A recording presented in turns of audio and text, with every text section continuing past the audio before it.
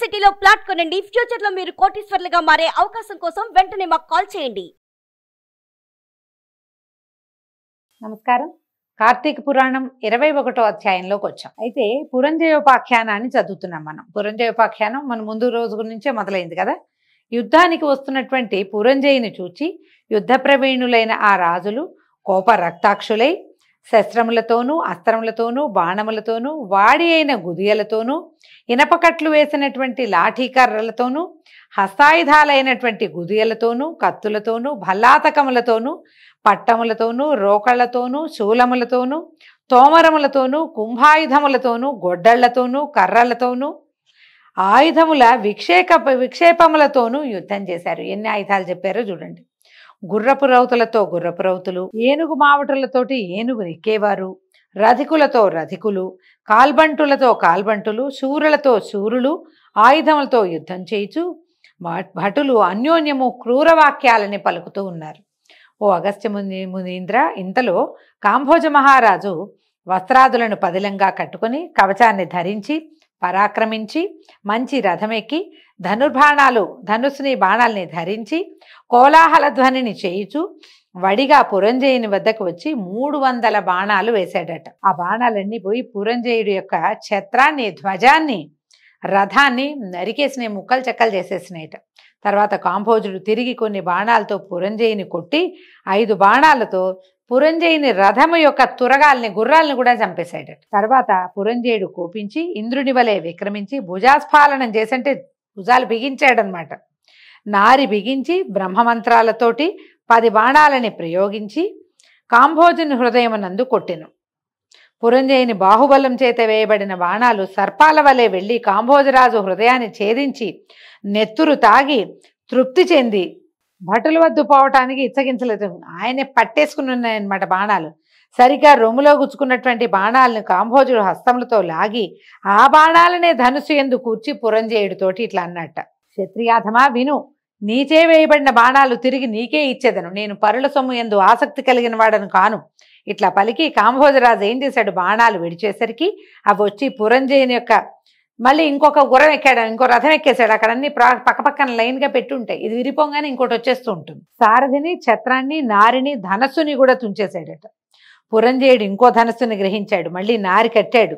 రెక్కలతో కూడిన బాణాలు పట్టుకుని ధనుస్సు వద్దకు చేర్చి చెవుల దాకా లాగేట నారిని. కోపంతో కాంభోజుడితో అన్నట్ట, ఓ రాజా, సూర్యుడు అవుదు గాని యుద్ధమందు ధైర్యంతో ఉండు.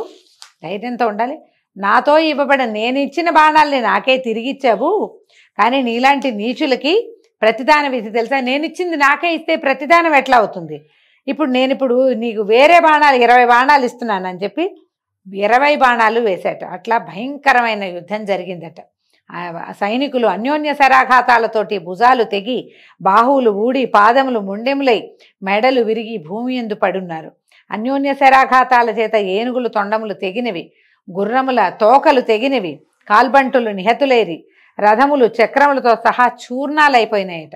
కొందరు తొడలు తెగి నేలబడ్డారు, కొందరు కంఠాలు తెగి కూలిపోయారు. బాణాల చేత శరీరం అంతా గాయాలు పడిన ఒక భటుడు, అంత గాయాలైనా సరే ధనస్సు ధరించి నారి బిగించి అన్యభటునితో మళ్ళు నా ముందర ఉండు, నీ వీపు నాకు చూపించద్దు, నువ్వు సూర్యుడు కాదా, నువ్వు అంటే దెబ్బల దగ్గర పడిపోయాడని అవతల వాడు తిరిగి వెళ్ళిపోయాడు. వీడు ఒప్పుకోటల్లా, తిరుగు వెనక్కి తిరుగు, నువ్వు సూర్యుడు కాదా, వీపు చూపిస్తున్నావేమిటి, నాకు ఛాతీ చూపించమని అరిచి కేకలు పెడుతున్నట్ట. ఇలాంటి నిష్ఠురపు మాటలు విని అవతల భట్టుడు ధనుర్బాణాలు ధరించి టంకార ధ్వని చేస్తూ సింహగర్జనలు కూడా చేస్తూ బహునేర్పుగా బాణాలని ప్రతిభట్టుడి మీదకి ప్రయోగించాడు. ఆకాశంలో నుంచి చూస్తున్నటువంటి దేవతలు బాణాలు తూణీరం నుంచి తీయటము, ధనస్సు నుంచి అనుసంధానం చేయటము కూడా చూడలేకపోతున్నారట. అంత నేర్పుగా, అంటే ఎప్పుడు బాణం తీస్తున్నాడో, ఎప్పుడు దానికి పెట్టి, ఎప్పుడు లాగి, ఎప్పుడు కొట్టేసి, ఎప్పుడు అవతల వాడిని చంపేస్తున్నాడు, క్షణాల్లో జరిగిపోతుంది. దేవతలే చూడలేకపోతున్నారు. దేవతలు అంటే ప్రత్యేకం అండి. మనకి నిమిషం ఎక్కువ, కానీ రెప్పపాటు ఉంటుంది. ఇటా అంటాం మన రెప్పలు కదా, నిమేషము అంటారు. ఒక ప్రత్యేకమైన రాజుగారి కథ కూడా చెప్తుంది. నిమి చక్రవర్తి మన కంటి చూపులో ఉంటాడు, మానవుల యొక్క కంటి చూపు యందు. ఆ రెప్పపాటులో ఆయన ఉంటాడనమాట. మనకేమో రెప్పపాట్లు ఉంటాయి. దేవతలు అనిమేషులు అంటారు. అనిమేషణం అంటే అసలు రెప్పపాటు ఉండదు, వాళ్ళు ఇంతే ఇట్లాగే చూస్తూ ఉంటారు. కళ్ళే మూతపడవు. కళ్ళే మూతపడని దేవతలు కూడా ఆ రెప్పపాటు లేని వాళ్ళు కూడా చూడలేకపోతున్నారు. అంత క్షణాల మీద జరిగిపోతుంది అనమాట యుద్ధం. అంత బహునేర్పుతో బాణాలు వేస్తున్నారు. ఆ యుద్ధంలో సూది దూరే సందు కూడా లేకుండా బాణాల వర్షం కురిసిపోతుందిట. ఇట్లా అన్యోన్య శూరులు, భటులు, బంగారపు కట్టలతో కూడినవి, స్వయంగా వాడి అయినవి, సానపెట్టబడినవి, స్వనామజిహితాలైనటువంటి అర్ధచంద్ర బాణాలతోటి, ఇనప నారసములతోటి, ఇనప అలుగులు కలిగిన బాణాలతోటి, ఖడ్గాలతోటి, పట్టిసాలతోటి, ఈటలతోటి తెగ కొట్టేసుకున్నారు. యుద్ధం చూడండి ఎంత మహత్తరంగా వర్ణించారో కార్తీక పురాణంలో. ఇదంతా ఒక విజువలైజ్ చేసుకుంటే అబ్బో ఎన్ని సినిమాలు చూసినా మనకి విజువలైజేషన్ కుదరదు, అంత బాగా చేశారు. గుర్రపు రౌతులు కొంతమందిని చంపారట. గుర్రపు రౌతుల్ని ఏనుగు బంట్లు చంపారు. రధికులు కాల్బంట్లను చంపారు. కాల్బంట్లు రధికులను చంపారు. ఇట్లా తొడలు, భుజాలు, శిరస్సులు, అంగములు తెగి హతులైపోయారు. నెత్తురు ఒక ప్రవాహంగా పోతోందట. ఆకాశంలో మేఘాచ్ఛాదితులైనటువంటి అప్సర స్త్రీలు పైన చక్కగా నిలబడి ఉన్నారట. అప్సరసలు వీడు నావాడు, వాడు నావాడు అని చెప్పుకుంటున్నారట అప్సరసలు. ఎందుకంటే ఈ యుద్ధంలో చనిపోయిన వాళ్ళకి వీరస్వర్గాన్ని అలంకరిస్తారు.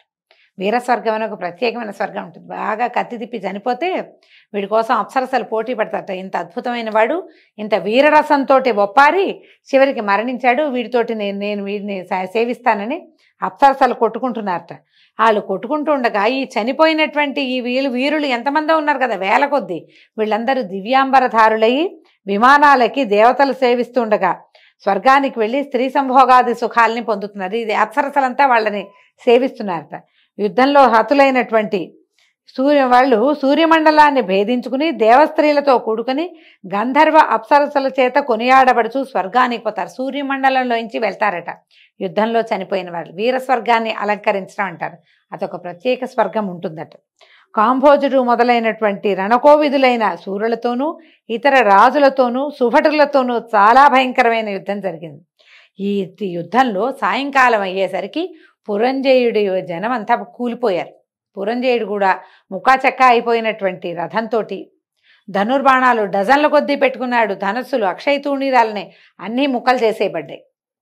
ఒంటి నిండా కత్తిగాట్లు, మొహం అంతా నెత్తురుడుతోంది, వీపులోంచి నెత్తురు కారిపోతోంది.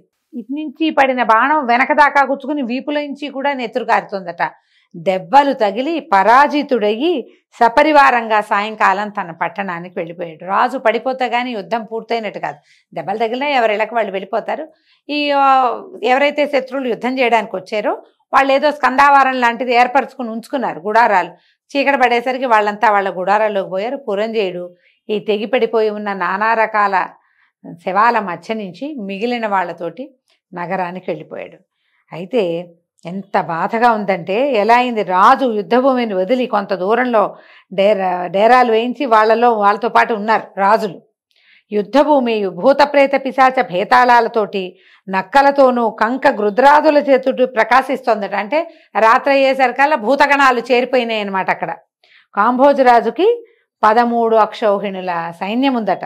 అందులో 3 అక్షౌహిణుల సైన్యం హతమైపోయింది. పురంజయుడు తాను యుద్ధంలో ఓడిపోవటము, తన రాజ్యము శత్రుల రాజుల చేత ఆక్రమింపబడుటకు చింతిస్తున్నాడు. ఇంకేముంది, ఇక రేపు తెల్లవారితే జనం లేరు, ఎక్కువ మంది. ఇన్ని దెబ్బలు తగిలి ఇంత అలసిపోయి ఉన్న వాళ్ళు రేపేం చేస్తాం మనం?